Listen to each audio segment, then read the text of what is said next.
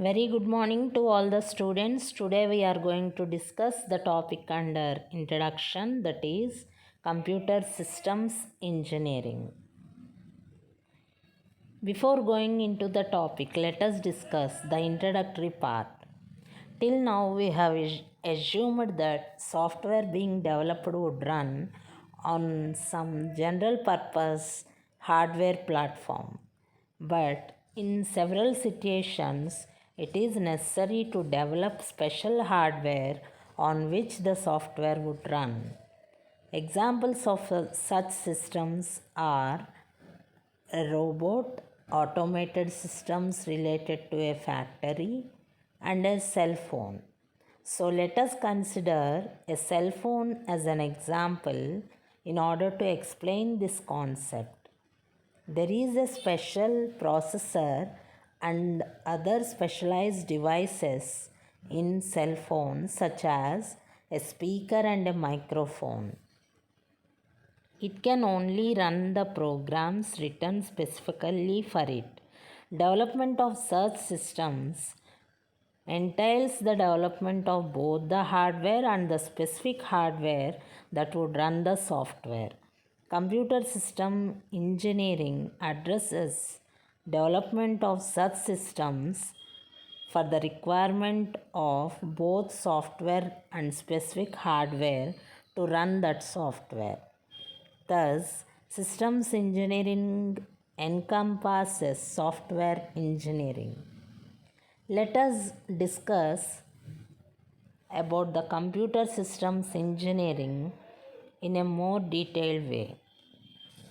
Whenever we are considering a project for any software organization, we will be undergoing several levels in order to complete the project.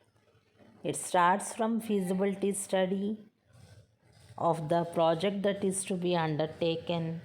Later, the requirement analysis and also the specification related to the software is to be collected from the end users or customers. Later, the level goes to the hardware software partitioning, where we will be dividing the hardware components and the software components in order to build a particular project. So, both the software and hardware platforms are developed separately, then they will be integrated. Later, it will be tested whether the project is working in a proper way or not, so that the end user or customer satisfies himself related to the build project.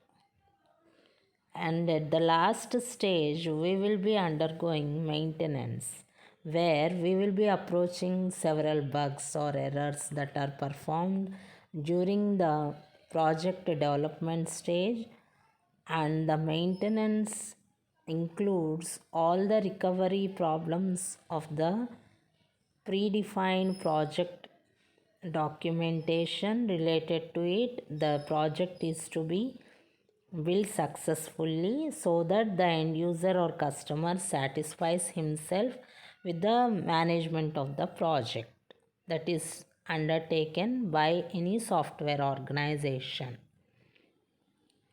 Let us understand the important stages. One of the important stages is the stage in which decision is made regarding the parts of problems that are to be implemented in either hardware or software, with several trade-offs such as flexibility, speed of operation, cost, etc.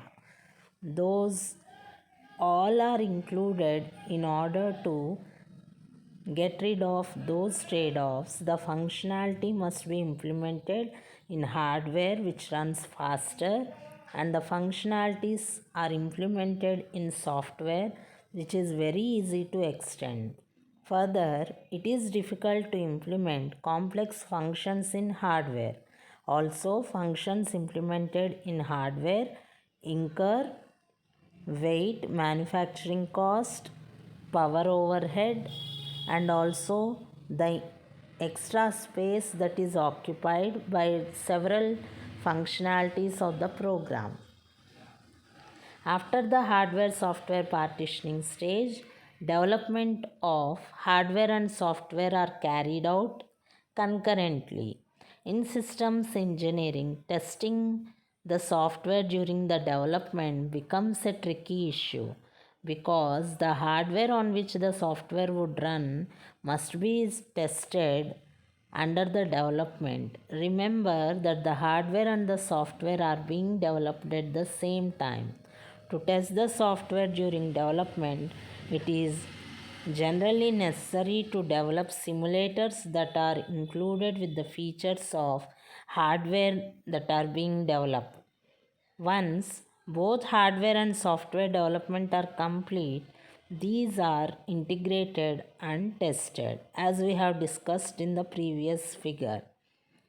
The project management activities required throughout the duration of the system development as shown in the figure. Hope you understood the concept of computer systems re-engineering.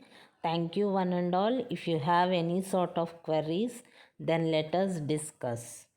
Just type in the chat box so that we can discuss in an elaborated way any concept that you have not followed during the session. Thank you.